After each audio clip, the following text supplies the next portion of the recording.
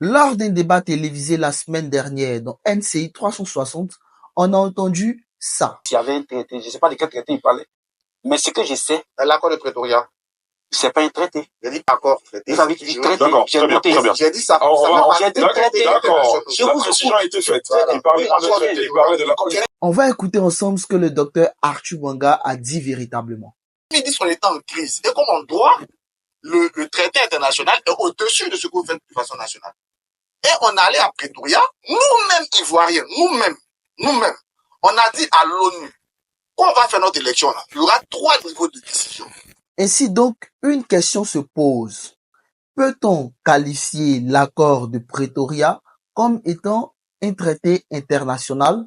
Nous n'allons pas revenir sur le débat en cherchant à savoir qui a raison et qui a tort, mais nous allons chercher véritablement à résoudre la question. Il est important de définir les termes du sujet. Un traité international est aussi appelé une convention internationale. C'est un accord ou un contrat qui est signé entre plusieurs États dans le but de produire des effets juridiques. Dans un traité international, ce sont des États qui décident de se mettre ensemble en vue de s'engager mutuellement. Et donc, dans le terme traité, il faut plutôt entendre le terme État. Un accord est une rencontre des volontés en vue de produire l'effet de droit recherché par les parties. Par exemple, dans un mariage, on peut parler d'accord entre monsieur et madame.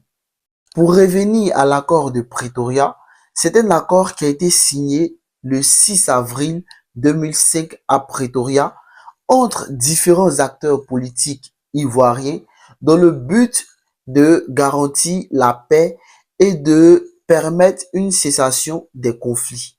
Il y avait l'actuel président Alassane Ouattara, monsieur Laurent Gbagbo, monsieur Henri Konan Bédié, monsieur Soro Guillaume et l'ancien ministre du Commerce Seydou Diarra.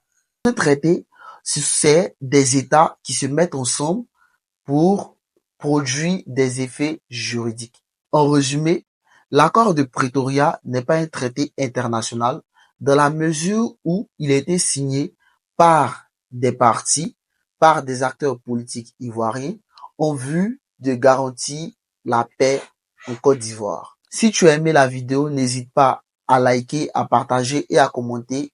À la prochaine.